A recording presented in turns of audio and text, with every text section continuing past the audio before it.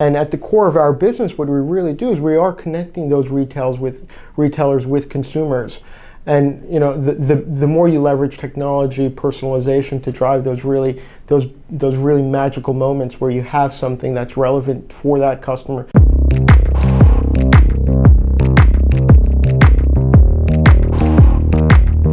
Like you, we're curious too. Opinion X, captivating curiosity.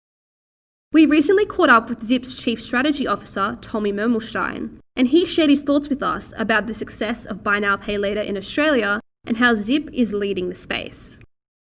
I think it's the opportunity. So what we're seeing is the trends, and Australia is obviously a thought leader in the space of buy now, pay later. But the reasons that it's been successful here in Australia do exist in other markets. So consumers' aversion to credit, the increase of debit card spend, the technologies that enable these kinds of services, the growth of digital and online commerce, those are all positive trends that make products like ours really attractive. So there is a window of opportunity. We're a high growth business and we're deciding to go for growth and invest accordingly. And I think that's the right move for us.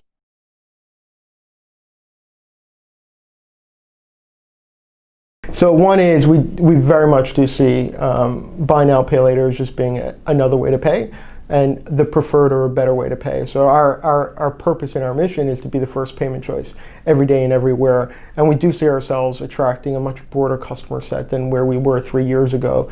Where we started was a younger millennial, now we have an older millennial customer book. But longer term, the utility and the value we give our core customers, any credit card customer should be able to sort of enjoy the same benefits. So I think as the brand has expanded and the products have become well known, we've attracted a much wider audience, and I think that is very much going to be the future moving forward, not only with buy now, pay later, but just new payment solutions more generally.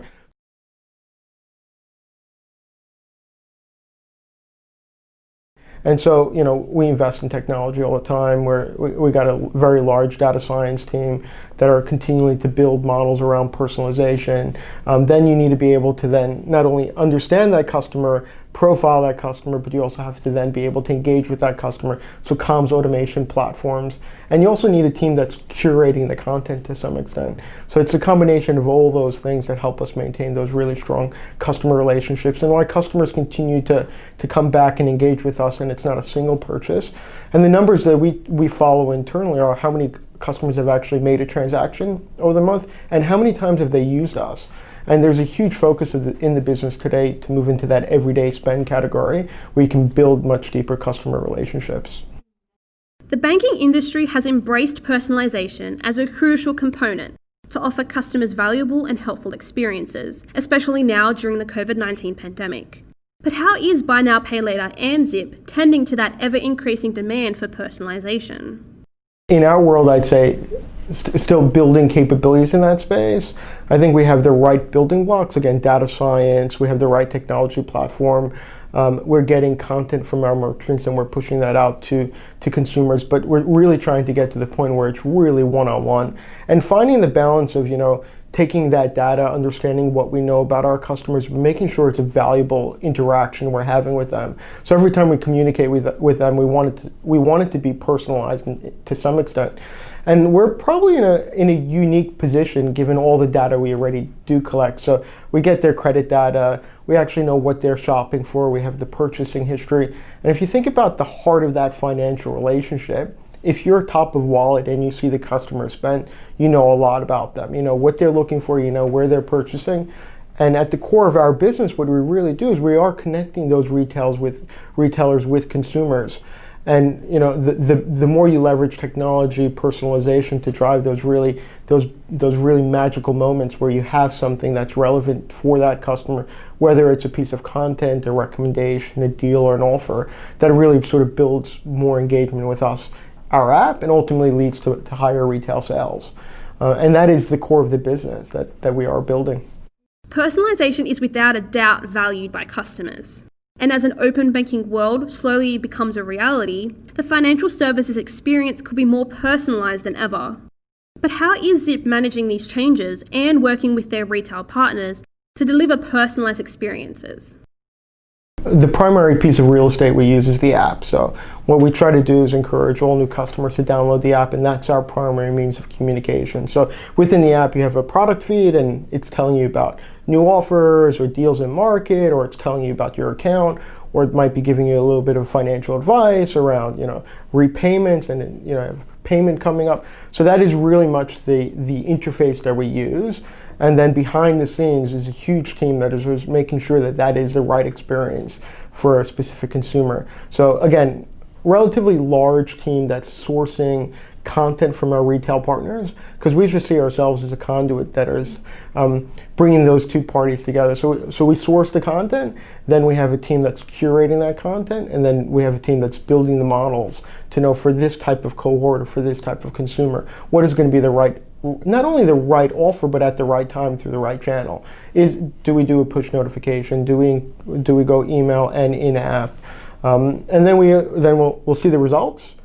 Well, there's a feedback loop. We look at the results, and then we build that into the engine, and we get better over time. It is those moments where you're able to delight customer, whether that's during a purchase, when they make a repayment, when they log into the app to check their balance, that we're always trying to sort of make sure it is the right experience.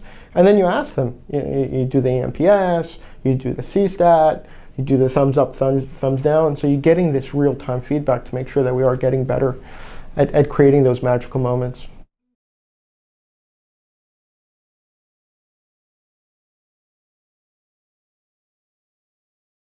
In Australia, I think today, open banking went live with a number of fintechs. So the consumer data right obviously is really topical.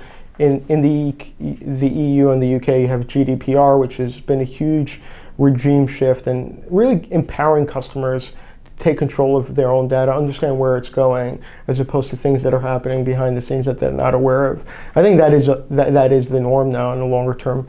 The way we look at it is it's really a value exchange. Like if you tell me more about you and I can deliver value through a better experience, then you continue to lean in and give me that information.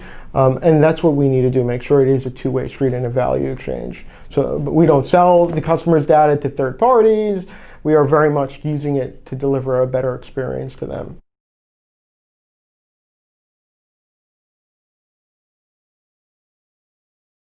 It's a good one. It's a hot topic. So it's one we've been following for a really long time, actually. So we were quite vocal with Fintech Australia, and when the regime was being designed and being, the Scott Fowler reviews. We've been watching it very closely since then. We actually own a business called Pocketbook, which is Australia's largest non-bank personal financial management app, which is built bilateral connections with many of the big banks in Australia. We have actually an open banking connection with Macquarie Bank, which would be along this similar technology used by the CDR. So it's been one we've been following for a long time. What it really does is it sort of creates a framework for customers to share their data in a safe and trusted environment. I think it's really early in the journey of open banking. I think there'll be a lot of customer education. The role that intermediaries play is also still being worked through. There's an ongoing consultation there. But what we do seeing happen short-term versus long-term is quite different.